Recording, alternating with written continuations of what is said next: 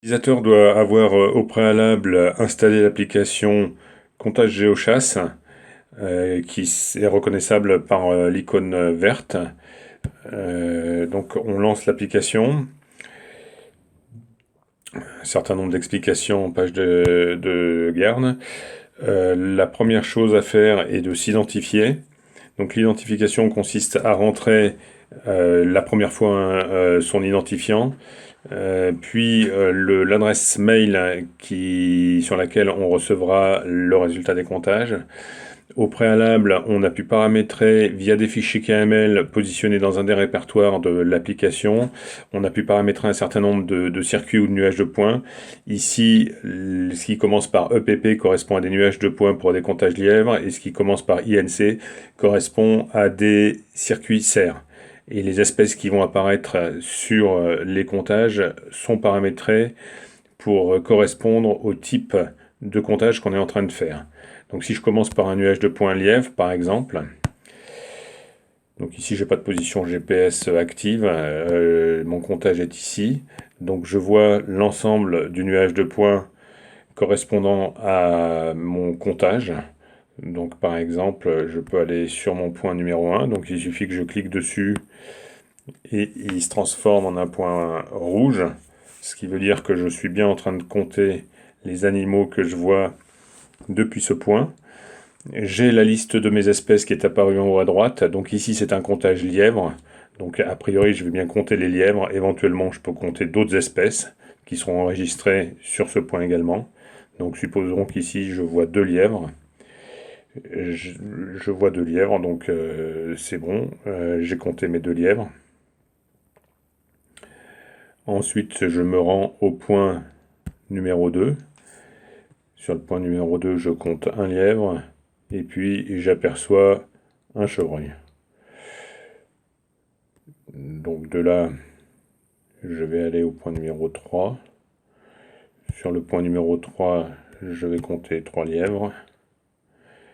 Et puis, j'ai aperçu aussi un lapin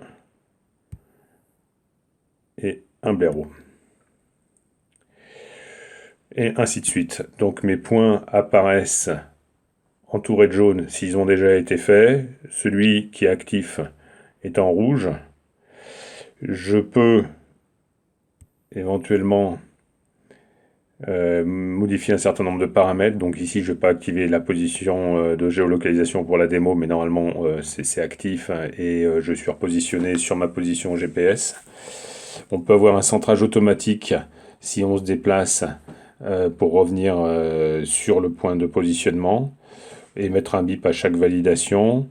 Marquer à chaque déplacement, c'est-à-dire ça permet d'avoir la marque qui se fait automatiquement sur l'endroit où je me situe, et puis afficher et sauvegarder le parcours effectué, c'est-à-dire que cette option permet d'activer un positionnement GPS de façon continue, et donc à la fin de voir précisément quel est le cheminement qu'a effectué la tablette qui a servi à faire le comptage. Vous avez dans les cartes des options. Si vous êtes connecté à Internet ou si il y a eu un préparamétrage qui a consisté à mettre dans la tablette l'ensemble des cartes, vous pouvez passer en orthophoto. Donc à ce moment-là, vous avez l'orthophoto qui vient s'afficher. Vous pouvez également, si vous appuyez sur le petit crayon, vous pouvez d'une part rajouter des commentaires, d'autre part indiquer une quantité. Donc ça peut être notamment si vous comptez des oiseaux par exemple. Donc vous dites ici j'ai vu 15, alors ici je mets 15 lièvres, mais ça pourrait être 15 canards. Et puis également vous pouvez prendre une photo de l'endroit où vous vous trouvez. Donc ici ça photographie pas grand chose, mais donc ça vous permet d'avoir encore plus d'informations liées au comptage, et notamment par exemple si vous voyez une bête blessée ou un déficient ou quelque chose d'assez particulier, vous pouvez joindre au point de comptage la photo qui sera conservée donc sur cet enregistrement sur ce point. Si maintenant je veux faire un comptage sur un autre circuit, donc je reviens sur ma notion de circuit et je choisis ici un circuit qui va être un circuit serre. Donc vous avez maintenant non plus un nuage de points mais un tracé de mon circuit. Si je souhaite éventuellement, si j'ai installé mes autres cartographies, je peux demander à être par exemple en mode orthophoto. Et à ce moment-là, je suis situé à cet endroit-là par exemple. Donc je me promène et puis ici, toc, je vois. Donc vous voyez, les animaux sont maintenant non plus des lièvres mais des cerfs. Donc ici, je vois un cerf, une biche et un faon. Je valide. Et donc je continue. Et puis un peu plus loin, toc, à cet endroit-là, je vois une biche, deux biches et deux fauns. Je continue et ainsi de suite.